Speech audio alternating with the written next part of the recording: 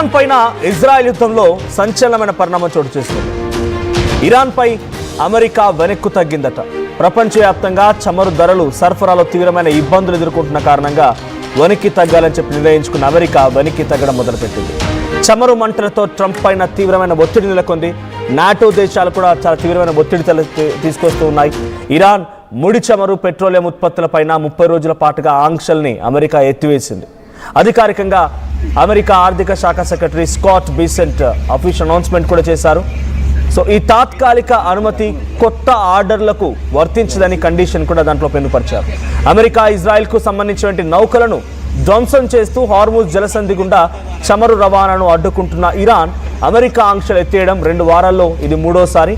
అయితే రంజాన్ రోజున అమెరికా నుంచి ఈ ప్రకటన రాగా కొంత ఇరాన్ వైపు నుంచి కూడా ఆశాభావం, సంతోషం కూడా వ్యక్తమవుతోంది.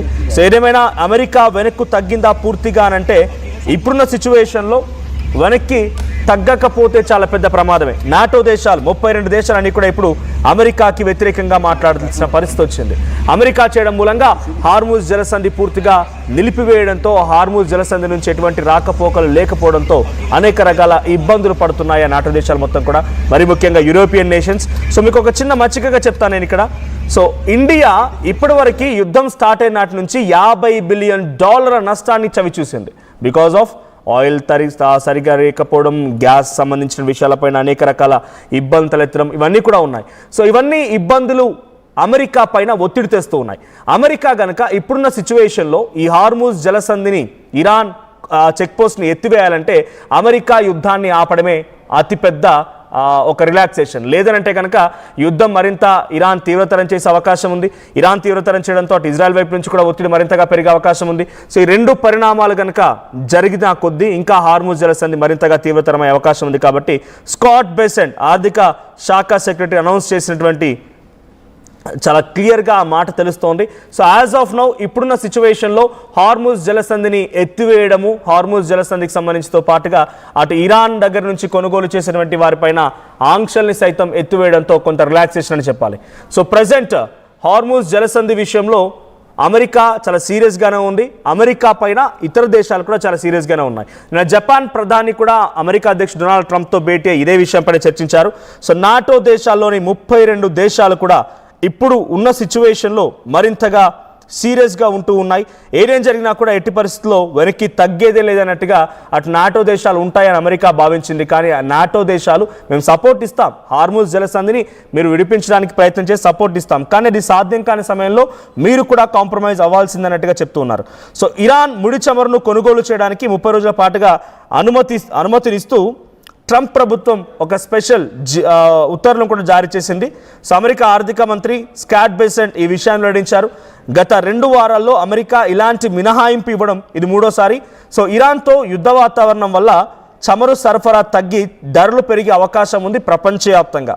సో ప్రస్తుతం సముద్రంలో సిద్ధంగా ఉన్నటువంటి సుమారుగా 14 కోట్ల బ్యారెళ్ల ఇరాన్ చమురుని మార్కెట్లోకి, అంటే గ్లోబల్ మార్కెట్లోకి తీసుకురావడమే ఈ ధరని అదుపు చేయడానికి అవకాశంగా ఉంటుందనేది అమెరికా భావిస్తోంది. సో దీనిపైన అటు అమెరికా ఆర్థిక శాఖ మంత్రి బెసెంట్ కూడా మాట్లాడుతూ ఏమన్నారంటే, తాము ఇరాన్ చమురునే ఇరాన్కు వ్యతిరేకంగా వాడుతున్నాము, దీనివల్ల ధరలు పెరగవు, అదే సమయంలో మా ఆపరేషన్ ఎపిక్ ఫ్యూరీ కూడా కొనసాగుతుంది అని చెప్పారు ఆయన. అమెరికా తీసుకున్న ఈ నిర్ణయం పైన కొందరు ఎక్స్పర్ట్స్ ఏం చెప్తున్నారంటే ఇదంతా కూడా అభ్యంతరము. సో వాళ్ళ ఆయిల్ని యూజ్ చేసి వాళ్ళపై అటాక్ చేయడమే కాకుండా ఇప్పుడు దాన్ని ఎత్తేస్తున్నామని చెప్పేటువంటి మాటల్లో ఎటువంటి నిజం లేదు. మీ ఆపరేషన్ ఎపిక్ ఫ్యూరీ కొనసాగుతుంది అంటున్నారు, ఆ తర్వాత మీరు ఆయిల్ని వాళ్ళపైన వినియోగిస్తున్నాం, వాళ్ళపైన కొంత అటాక్ చేస్తున్నాం అనే మాటను కూడా మాట్లాడుతున్నారు. ఎట్టి పరిస్థితుల్లో సాధ్యం కాదు. ఇదంతా కూడా ఊరికనే అమెరికా బూచిగా చూపించి ప్రపంచ దేశాల్లో మళ్ళీ ఒక అల్లకల్లం సృష్టించినటువంటి వాతావరణం అవుతుందని చెప్పి ఎక్స్పర్ట్స్ చెప్తున్నమాట. సో ఇంకా బ్లాక్ స్టోన్ కంప్లైంట్ సర్వీసెస్ కూడా చెందినటువంటి డేవిడ్ టన్నెబామ్ అంట, ఆయన ఏం చెప్పారంటే ఇరాన్ యుద్ధ ప్రయత్నాలకు ఆర్థికంగా సహాయం చేసినట్టు అవుతోంది.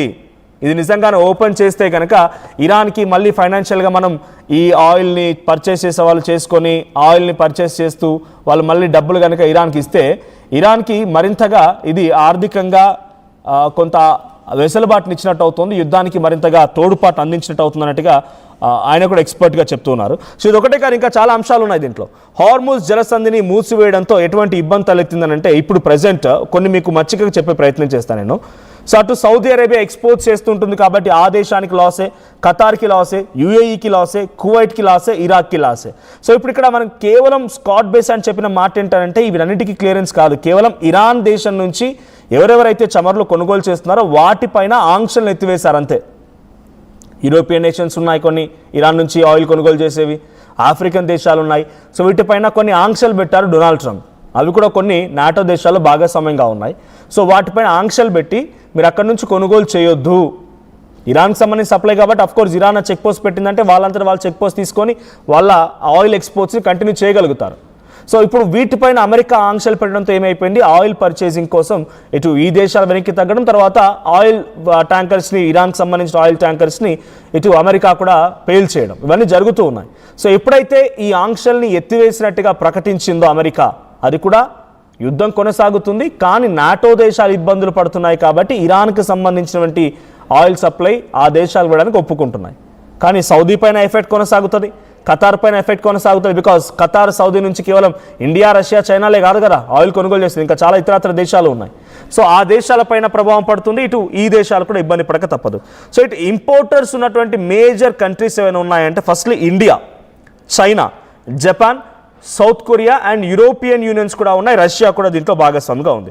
సో యునైటెడ్ స్టేట్స్కి యుఎస్ఏకి ఇప్పటివరకు జరిగిన నష్టంలో ఎక్కువగా ఎక్కడ వాటిల్లిందంటే మిలిటరీ ప్లస్ ఎకనామిక్. మిలిటరీ పరంగా లాస్ ఏర్పడింది, ఎకనామికల్గా లాస్ ఏర్పడింది.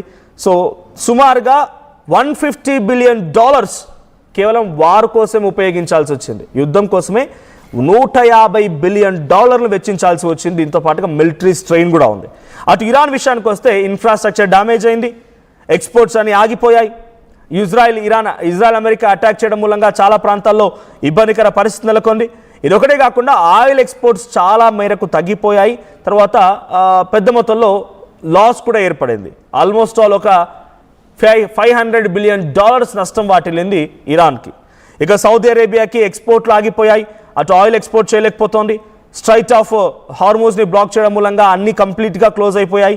సో $1 బిలియన్ పర్ డే, సుమారుగా ఒక రోజుకి సగటున ఎంత నష్టం వాటిల్లుతోంది సౌదీ అరేబియా కనంటే ఒక రోజుకి $200 మిలియన్ నష్టం వస్తుంది పర్ డే, $200 మిలియన్. అటు ఇరాక్కి $150 మిలియన్, యుఏఈకి $100 మిలియన్, కువైట్కి $100 మిలియన్, ఖతార్కి $150 మిలియన్, ఇరాన్కి సుమారుగా రోజుకి $150 మిలియన్ నష్టం వస్తోంది ఇప్పటివరకు వాళ్ళు ఎక్స్పోర్ట్ చేయకపోవడం మూలంగా. ఇక ఇండియాకి ఇప్పటివరకు $5 బిలియన్ నష్టం వచ్చింది, $50 బిలియన్ డ్యూ టు మనకు గ్యాస్ అందుబాటులో లేకపోవడం, ఆయిల్స్ అందుబాటులో లేకపోవడం ఆ నష్టాన్ని చేకూర్చాయి. చైనా సుమారుగా $150 billion, Japan $100 billion, south Korea $75 billion, European union $100 billion and USA almost all ఇప్పటివరకు ఇండైరెక్ట్గా కేవలం నేను చెప్తోంది యుద్ధ సామాగ్రి వీటి వల్లే కాదు, గ్యాస్ ఆయిల్ ధరల వల్ల కూడా సుమారుగా $50 to $80 బిలియన్